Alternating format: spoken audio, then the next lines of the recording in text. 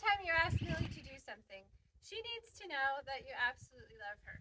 So when she's starting to check out on you or she's not doing what you want, if you just give her a bunch of love like this, she'll relax and start working for you. Okay? Only with Millie does that work. Most dogs, we get completely offended by what I just did. But not Millie. She just needs to know that you love her more than anything. All right. So her go-to-mat cue is park it. And she's really bad at it. Actually, her park it cue is probably the worst of anything. And she still needs help pointing down at the mat to go to the mat, and she still needs you to be at the mat. So, she still needs work there, but she's really young, even though she doesn't look it. So once you say park it, she shouldn't move from the mat until you say her release cue. So I don't use okay, because you say okay all the time, and she doesn't know that, dogs are really good at putting things into context, but just avoid okay. And Millie, oh, Millie, there you go. Millie, her name should mean eye contact. So like you could say her name, Millie, in a sentence about 30 times because Millie's such a good girl, and we all love Millie, but none of those times should mean get up. So I like to desensitize the name. So it just means, hey, Millie, I'm talking to you, but don't do anything until the next words that come out of my mouth that you understand mean do something, right? So you shouldn't have to say stay. You shouldn't have to act weird, stay. You shouldn't do any of that. Once you say park it, you should just put her down on the mat, give her a click and a treat for the action of going to the mat and laying down, and then you can just walk away. Right? I'm not going to push her right now because I'm talking to the camera. And she shouldn't move, and you shouldn't re-cue park it until you said her release cue, which is Millie. All done. So, and notice how I say it. So you're going to have to condition how you say it a little bit. But, park it. And she's a wet noodle, and she's going to go roll right off the mat. Come on, get on the mat. It's big enough that you don't have to roll right off of it. Now, she's in an awkward position, so if I walk this way, she might not like it. She might readjust. But that's okay, because I want to show you what to do if she gets up. Oh, she didn't get up, so she's awesome. Oh, okay, yeah. Roll on the other side. That's good. Okay, so, I don't know. I'm going to do something that's going to make her breathe. I'm a little kid coming right at you! All right, well, I kind of worked on that a lot. Okay, I'm going to try running away. Oh, you shouldn't have got up. So I don't make a big deal about it. I get her back down on the mat in the same position that she was in.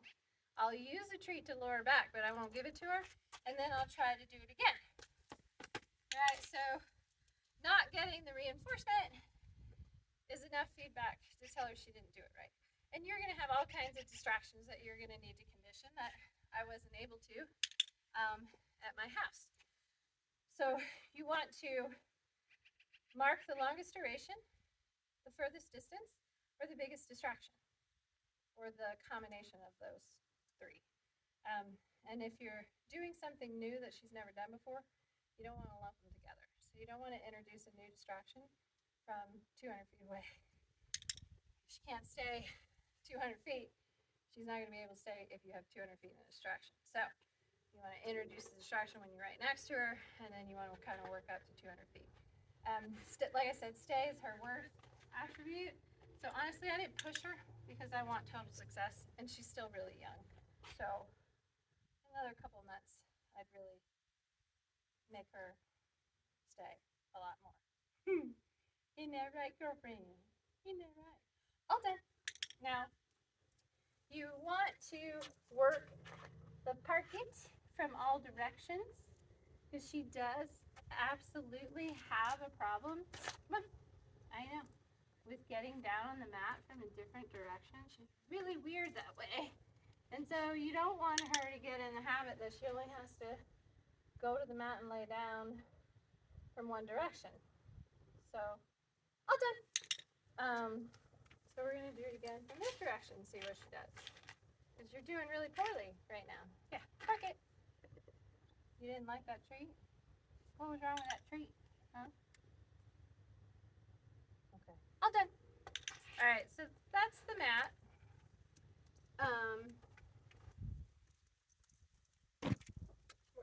I decided to do this video like I do a turnover so that you have something to reference when you go home. And you'll remember everything I said in the turnover because you'll have video of it.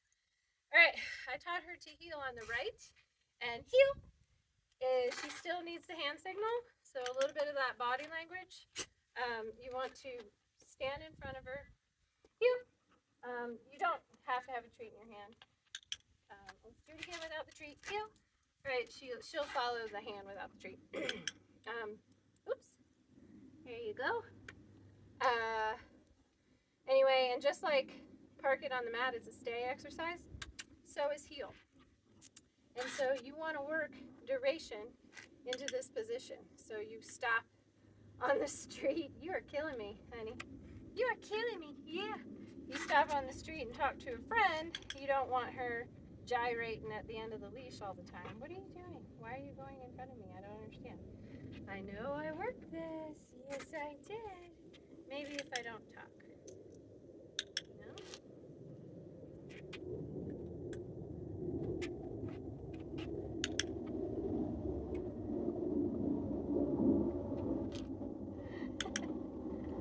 All done.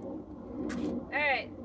You can also teach this in contrast. So front is sit in front of me, like she really wants to do, and heel is sit in parallel next to me on the right. And the other thing that she can do that we worked on quite a bit, and we worked on it from the mat. I'm gonna get the mat out so she doesn't fail. Ready? Okay, park it.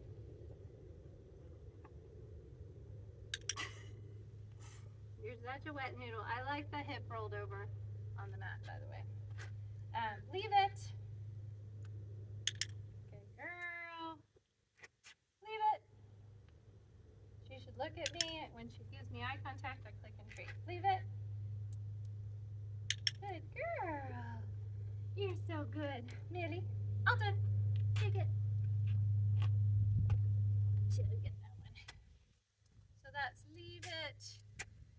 Leave it is really a moving exercise. So I'm going to show you how I would introduce that. We have not really worked on it, but she's ready. So I'm just going to quickly show you how to do that, because leave it is useless until it translates to the walk, right? Okay, so heel. Good. Good girl. Leave it. Good girl. Leave it. Good girl. Leave it. That's a good girl. Take it. So there's two ways she can get it. I give it to her, or I tell her to take it. Where's the other one? Yep. Okay, take it. Right there. Boop, boop. Take it. Take it, take it, take it. You missed it. Good job, Millie. Okay. Okay. And then the last thing is her recall cue, which she is excellent. Her recall is her best attribute. And heel. Park it. So the recall is a 3-toot whistle, which I will demonstrate. She should release when she hears the 3 toots and come and sit in front of me, no matter what she's doing.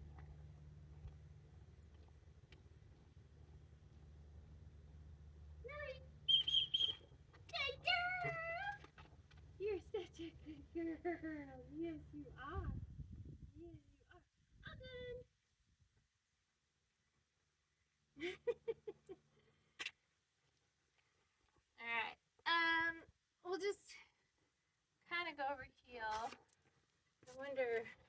I'm going to go behind the camera to see where my lens goes to.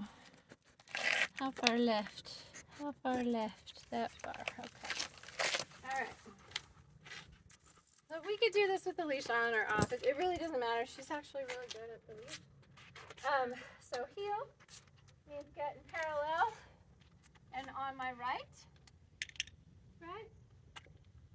And this way means I'm turning directions and she should come with me and catch up. When I stop, she should sit.